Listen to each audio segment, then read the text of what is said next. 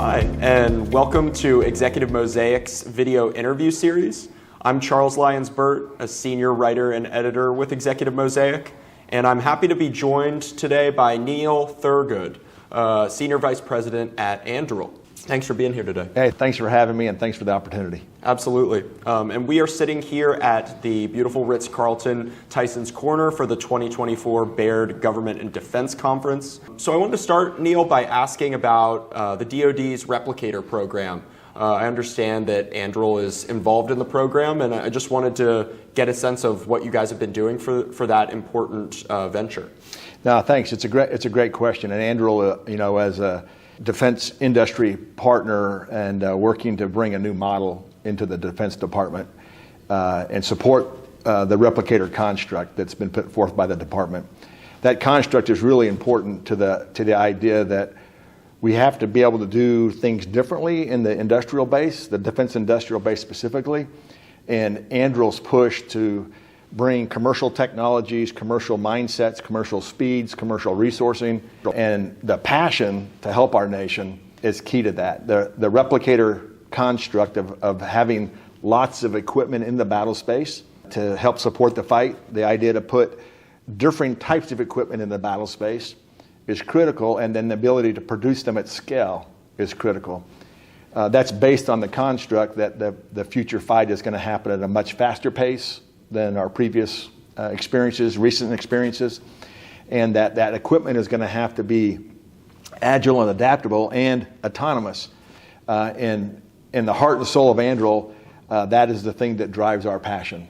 Autonomy, the ability to command and control autonomy, not just our equipment, but equipment in the battle space, both legacy equipment and current and hopefully future equipment.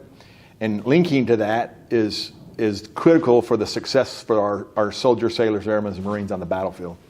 And so the idea of Replicator to produce lots of things, and quite frankly, to try lots of different things quickly, faster than we've ever done, to help the department understand that the processes of our legacy acquisition can actually, without changing law, can actually be sped up through energy and through personal engagements and professional engagements, and then applying resources against that belief. And Anduril has that very, very strong conviction. The leaders of Anduril are super passionate about what they're doing and super passionate about being part of the team that's going to bring Replicator to bear. Sure.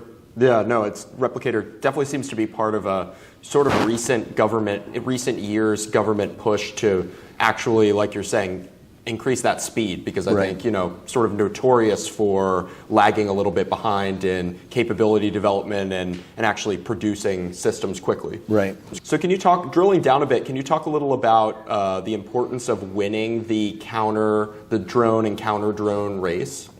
If you watch the conflicts around the world today, most of those conflicts are not large nation and state warfares, other than the two primary that you see on the news all the time. There's no doubt that the drone and counter-drone fight is going to be part of the future fight without question.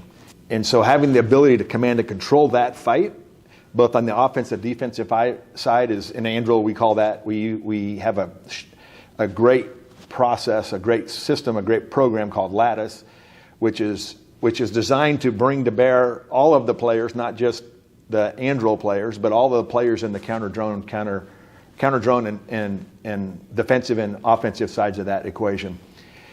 Ukraine is an example. I'm hesitant to call it the example, but it's an example when you don't have air superiority and you don't have ground superiority, what you get is a missile fight and a drone fight. And that's what's happening in Ukraine. If you look at the incursions of drone across national defense priorities, whether they're hobbyists or threats, it's hard to tell, but that's going to increase.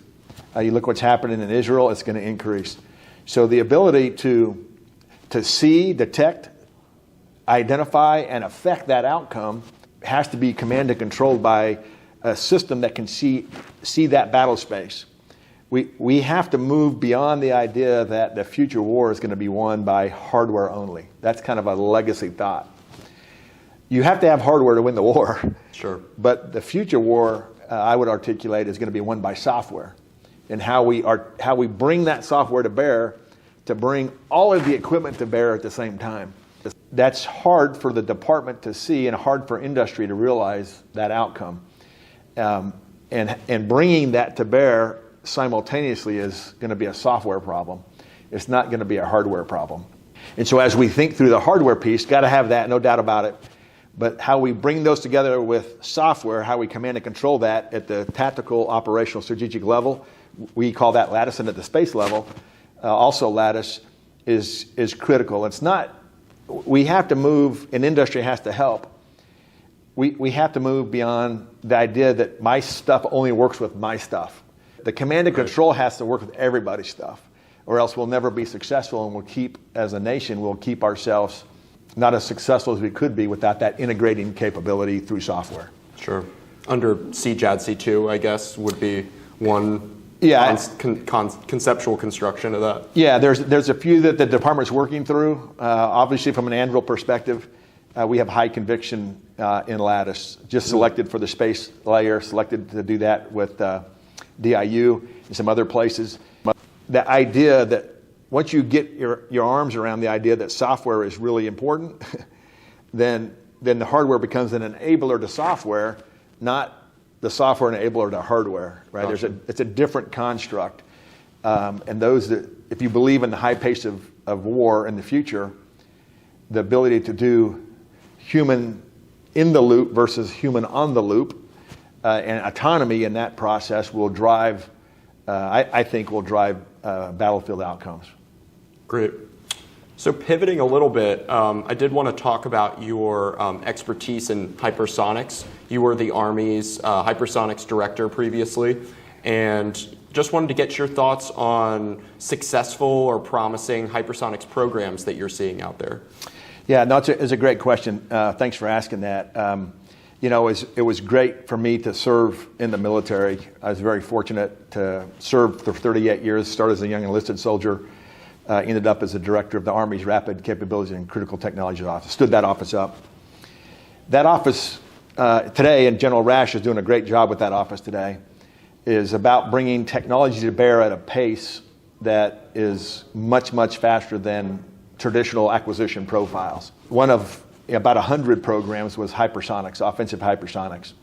And so I teamed with, the Army teamed with the Navy. Vice Admiral Johnny Wolf was my counterpart when I was in the Army.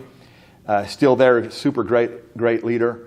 Now working with General Rash to create, really for the first time in a long time, a combined Army-Navy program for a singular missile outcome. Obviously, the Army launches it from trailers. The Navy launches it from seagoing vessels. But the fact that we could do it together was quite phenomenal. But in warfare, you have to create as many dilemmas for the enemy as possible.